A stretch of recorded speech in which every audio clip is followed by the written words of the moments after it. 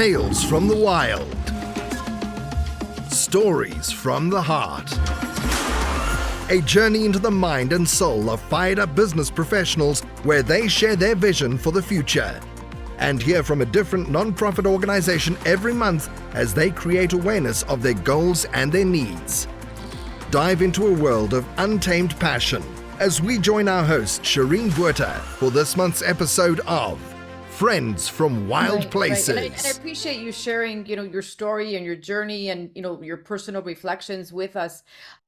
I want to just add maybe a follow-up to just a little bit specific on what you just illustrated to us is many folks that are serving time have had a history from very young age, right? So like almost like repeat crimes, repeat offenders, right? So in and out, in and out, in and out from, juvenile all the way up. So when you have cases like you're describing that you were kind of like the all-American boy, right? You described yourself as, I don't know if your mom was present, but you described your dad and your older brother, right? Both. Yep. So two-parent household, older brother, gone to school, education, fully supported, what you said, supportive environment. The only thing that I heard that was like just that you shared was the weight issue, that you were, a heavier child or chunkier child, and that was an issue. So I guess my question is, and I appreciate having this conversation because it's not every day that we have, opportunities like this. So I appreciate you.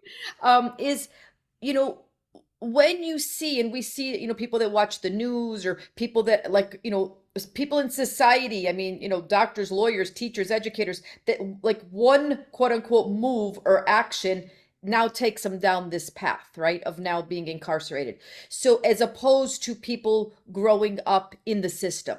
So do you think there's a difference, for example, of folks that have kind of been in and out like from a young age, as opposed to somebody like you that I'm looking at as a kind of an all-American guy, right? Like all-American, two-parent household, went to school, and what was that turning point, I guess, as opposed to somebody growing up in the system? Well, speaking for the repeat offenders, there's definitely like the demographics inside of a prison. It's pretty glaring. Like there's certain environments and cultures that people have less of a positive chance. So I will say that there's definitely more. It's like, well, yeah, you didn't have any of these things. Of course, this was what you wound up doing. You had to fend for yourself and there's no way to get money. Certainly not giving them an out. Like, well, I agree with it.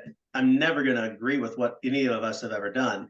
But to pivot back to me, yeah, it's been one of the most glaringly annoying things for many people to look at my situation and say, how did you, like, why, what didn't you have? And I will never blame anyone. It wasn't my mom or my dad. They were beyond amazing, still are ridiculously loving, ridiculously supporting, always there. Mom was a stay-at-home mom. Like, you're right, short of like the all-American thing, like maybe a chubby version of that. But my brother was kind. My brother was caring. He's still there. He's allowed me to keep a relationship with his two sons, my nephews. The thing that it is, and I'm without a doubt able to say this, it was where my relationship with my value was found. My mom and dad told me I had value, that I was hilarious and I was smart and that I was successful, that I'm doing well. But if your own self-talk is, well, at the end of every night, I'm usually sitting here alone because I'm overweight. So now my self-esteem is down. And I'm not blaming my crime on my weight. I'm trying to point out, like, until you have a relationship with, in my case, the Lord, like, and Shireen mentioned, like, she knows there's something that has kept her here, that has guided her and protected her. If you don't ever have that thought, it allows for a lot of evil, dangerous thoughts to slip in. And it's usually in those moments of solitude and where you're alone. Like, I always say that the devil talks in questions and God talks in statements. Like, are you really loved? Do you actually think anybody will ever be around you? Do you think they really think you're special? Whereas God is like, you are loved, you are perfect, you are made in my image. And so for me, it was a lot of that negative self-talk that just kept driving me towards what feels good. And in my mind, what felt good was attention. So how do I get a little bit of attention? I do this. Well, if I do a little more of it, I get a lot more. And then I get more on a grander stage. I started chasing after a feeling instead of leaning into the truth, which big component there. Feelings change nonstop. Truth doesn't, never will. Yeah, no, I hear you. I hear what you're, and my follow-up, I said there was two questions. So the other one is and again, having just studied criminal justice just from from that point of view, from like book learned, the recidivism rate, and for our listeners out there that may not be aware of that, people that serve their time, get free, back in again, and there's the very high recidivism rate in the United States with the prison system. So, and I hear like most people, as far as you sharing your story, as far as what you've shared, you're in a cell this big and you actually develop some type of nervous tick, just because you're almost like literally going out of your mind, or I'm paraphrasing what you said. In your opinion, when people are in that environment and they do get free, get out, and they're back in within 30 days, how can you subjectively articulate what has happened? Is it that, I've heard and I've read and I've researched that the comfort level is that they know where to, it's like, I don't want to say it's like the military, but everything is very structured, I'm assuming, right? It's from what I've read. So is that the environment that, even though as how bad it may be to everybody on the outside, is it become a comfort that you do have a support system within? And I'm not saying this is your case, I'm just sharing, asking in questioning other inmates that maybe you've seen go and then come back. What is your perception on that? Well, I would say a very small, what you've said is true for some, very, very small. Like, it is easy if there's someone who wants to just be really, really lazy. I don't want to work. I want someone to bring me my food. I don't want to do laundry. And here they force people around me, so I already have my social circle. There might be the very few ones who are like, they're more comfortable inside. They become that institutionalized. I've yet to come across any of my friends, because I would love and help and serve and talk and pray for anybody inside, but you still kind of hang out with like-minded people. I'm not going to spend my time with someone who just wants to sit in a cell, complain, moan, watch TV, and have everything handed to them. For the most part that I've experienced, and which is why Not My Will Ministries is put in place, is in order to be successful in the community, you have to have that heart switch, that mind switch. Like, you have to recognize you put yourself in there. Why? Let's work on it. Let's identify it, so that when you get your chance, you're going to make decisions differently. You're not going to make every selfish decision. You're going to think, how does this impact the person in front of me, my environment, my community? But on top of that, like, I don't know your family situation, but if you were to go away for 5 years, and let's say you could only have 1, maybe 2 phone calls a month for 20 minutes max at a time, that's it. How well are you staying supported? Are you staying connected? When you go to come out, who really knows how you've been living? How are they going to be able to support you? Who are you going to call and say, hey, I'm coming out in August of 2024. I need a job. Where am I going to live? Do I even have clothes left? This is my size, I think, because I'm wearing elastic clothes. Is there a church I can plug into? If you take away someone's support system, when they go to get out, they have $0. They gave us $100 debit card when you leave. $100, Tanya. Good luck. Like, bus pass, $40, McDonald's, 12. Like, you're done by noon. No clothes, no change of underwear. Those situations, if you don't have a family to come and pick you up and be like, hey man, I got you. Here's some clothes, here's some money. that's what my ministry is doing, is taking in opportunities to support them mightily while they're inside, but then to help them as they transition out. Because as best of your intentions, if Monday you get out and Tuesday you don't have a place to live and you're out of money, eventually you're going to get cold. So you're going to break into a house, or you're going to get hungry, so you're going to steal. Well, those are two parole revoking decisions. So you're back in prison. And a lot of it is our own responsibility, but it's also a real bad situation. Like, what are you supposed to do? What should I or could I have done if you have nothing when you walk out? It's tragic. And so when I hear the people like, I just do better in prison, then you should have asked to not even come out, so that someone who does want that opportunity can maybe get some face time with the decision makers. But that's the best way I can explain it, is being released and being successful starts long before, long before, before you even sniff the idea of coming out of those walls. Yeah. Yeah. And my last question before I turn it back to Shireen, the day that you got out, what was, like, and I can imagine, or I can only imagine, I say, what was that feeling like, what you had prepared for in your mind as opposed to what you actually experienced? Was it, I mean, I've heard the word like, culture shock, reverse culture shock. Like, what is it like? What is that like? I mean, because I've read about different positioning. Yeah. I'll try to answer as well. I always answer honestly, but as thoroughly and succinctly. I got out May 27th, 2020.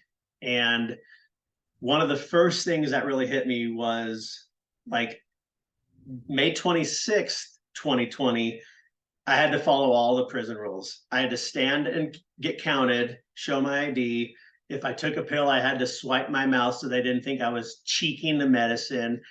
I had to use a plastic spork. May 27th, when I walk out, I can go to Outback and eat a steak with a steak knife. No one's counting me. Like, the dichotomy of a night's sleep, Tanya, was so weird. Like, May 26th, I'm so dangerous I have to use a plastic spork. And I get it, because there's other people around. But May 27th, they're like, see ya. So it was very much like, what have I just been living through for the last 7 years, to where now I'm okay. Terrified, not letting the community around me 12 hours ago go to Walmart.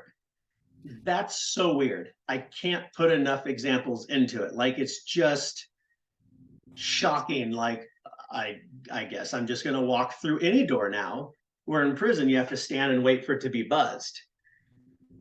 It was full of massive amounts of excitement and the same level of also like fear. I got sick, like stomach ache sick, riding in the back of a van, because I hadn't went faster than a jog for 7 years. And now I'm going down the interstate at 80 miles an hour. Like, that's weird. I'm usually a pretty social person. There's not anybody I cannot engage with and communicate with and probably build a pretty good friendship with real quick, which was probably one of the blessings of how I was able to do prison successfully. I made it about 15 minutes inside a Walmart the first time I went. There were so many people, so many noises.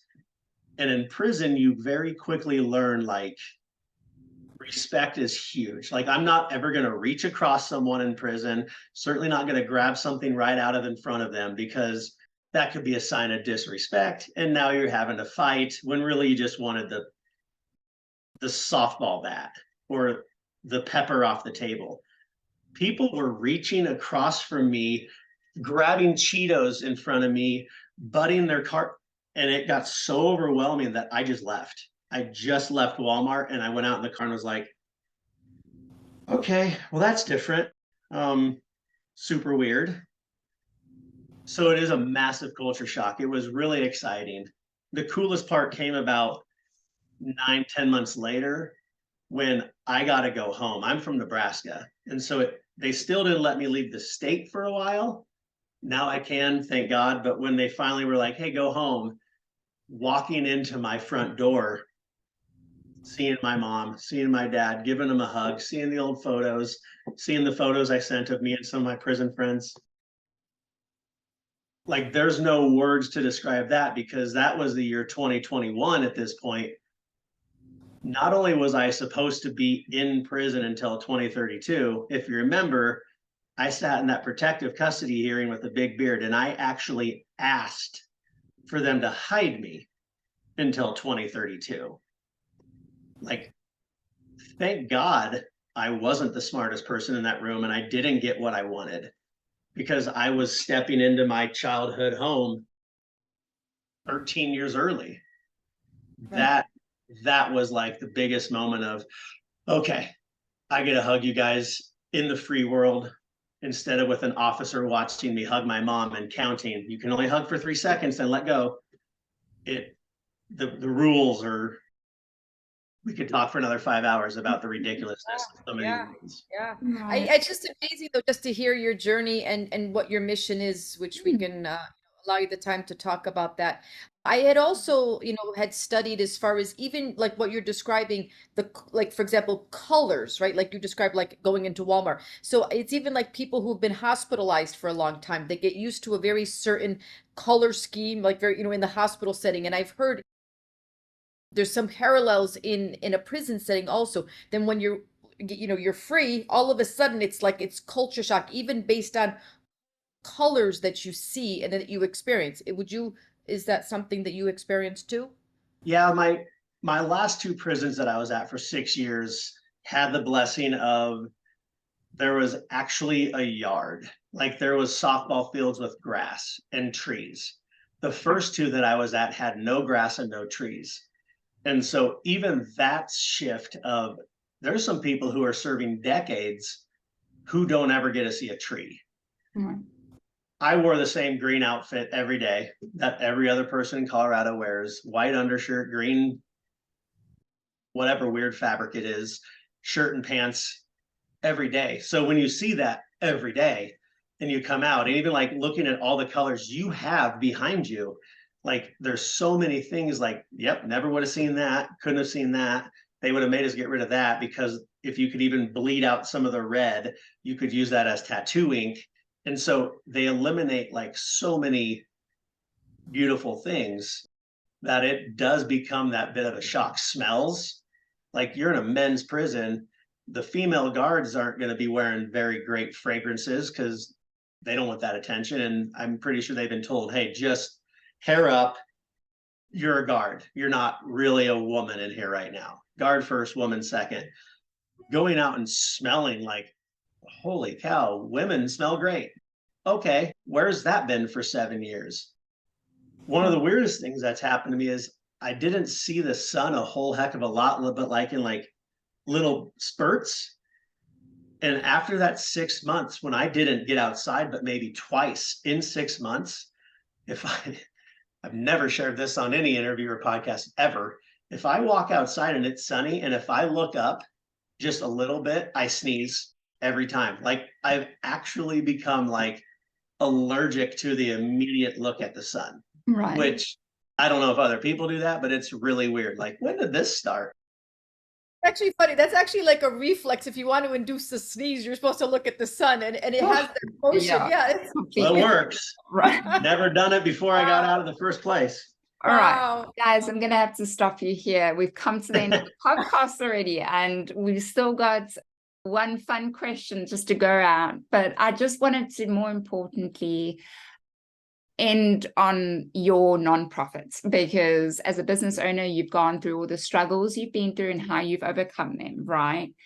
And now we want to ask, how we can help you. And so my listeners, just so you know, there is definitely a place where you can go and assist RJ by just donating a little bit of something. So please go to his website. We have all his information in the show notes. click on the word donate, the donate button, and help families just reunite, commit to $50 a month, and step into real life changing work. And that's with Not My Will Ministries homepage, which we'll have in the show notes. Okay, so take the time and give back to, give back to the community and the life behind bars, which these guys definitely need that support. Yep. Coming to the end, we have a quick question, a little bit more lighthearted, right? And we're in the autumn, fall season of the year. So I just want to find out from each of you before we end the podcast, just what is your favorite part of fall? Hashtag autumn, because we call it autumn, we don't call it fall. But yes, what is your favorite? Go ahead. I'll start. Mine is walking. I love walking. Leaves are changing. That's great. That's beautiful. But just being outside, and there's obviously the parallel of not able to be outside, being outside, going for long walks, smelling the smells that we just talked about, and just enjoying. I don't really like snow, but I'll say enjoying somewhat of the cold breeze, things like that. That's an awfully sentimental answer, but quick answer, just being outside and walking. I could do that for hours. Love that. Tanya, what about yourself? Very nice. So born and raised in Connecticut, we had the Four Seasons back there. Now being right outside of Miami, we do have our own version of fall. So the temperature goes from like 85 to maybe 70 degrees Fahrenheit. We do get a little bit of the crisper days, and there are certain grasses and flowers that grow in the fall time. So I would say the overall, just the change for the crispness, the change. I do have some reminiscence back in Connecticut days with the harvest and I would just like use the farms. I'm sure they have them here. I just don't venture out too much. So I just think the whole, the hay, barrels of hay, having the corn mazes, things of that, just the iconic image when I think of New England in the fall. Nice. And you, Shereen? Yeah, mine's quick. It's pumpkin spice lattes and a crackling fire. That's it. So RJ, I got to tell you this before Shireen cuts us off over here. So she's in South Africa, right? So I always tell her, I said, can't you be behind a window? Because she says that they have like, what do you call them? The monkeys? Shireen, what's the word? What is the word? The little monkeys. Vervet monkeys. Yeah, so I say, isn't that, I mean, we should have like, I want a full-on view of what's happening in Africa. Like that's normal landscape for her. Shireen, did you say you have squirrels there or you don't have squirrels? It depends on what parts of South Africa you're in. So yes, we get squirrels more on the Cape side of things, but when I'm living here, we get monkeys. Oh, yeah. So it's like culture shock, even as much as I talk to Shireen, which sometimes it's multiple times a day. One time she said she was going hiking and I imagined a forest, like you're going in a rainforest. And she was in another part of South Africa. She's like, Tanya, it's desert here. I'm like, note to self. She's part of the world, it's just everyone's experience is just so different, just even where she sits, what she looks out, and I appreciate you so much, RJ, just for sharing your journey and your mission. And so if I may ask as a concluding moment, in addition to financial support for your not-for-profit, what are the ways people can reach you or support you in your mission? Yeah, appreciate it. And thank you, Shireen, for having me on and helping people get to the right spot to donate money to help families inside communicate with their loved ones so they can come out and be successful. That's the goal behind it. Connect families and communities.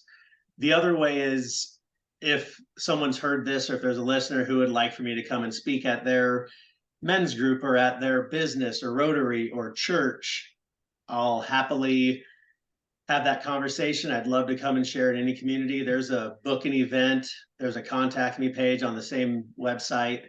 You can get to my book on the website if someone wants to read about all of the trajectory from A to Z and all the things in the middle. That's in there. And then that paints a little bit more of a picture of what I share when I go and either share at a church or share at a business, share inside of a prison. So that'd be the other way. That would be awfully helpful, because that helps spread that God's still in the miracle business, and there's a lot of people inside who are amazing and should be deserving of love. Awesome. Thank you so much. Yes. Oh yeah. Thank you so much. And to the listeners, we appreciate you so much. If you want to find us, friendsfromwildplaces.buzzsprout.com is our website. Please go do all the things, share, like, and give us a little bit of feedback. Tell us if you enjoyed the show and what you thought. All comments are welcome here. And so with that, thank you so much for listening, and we'll see you next time, guys. And remember, you got this, and stay wild. Bye. You've been listening to Friends from Wild Places with Shireen Bueta. Be sure to subscribe to the podcast from the links to catch every episode and unleash your passion.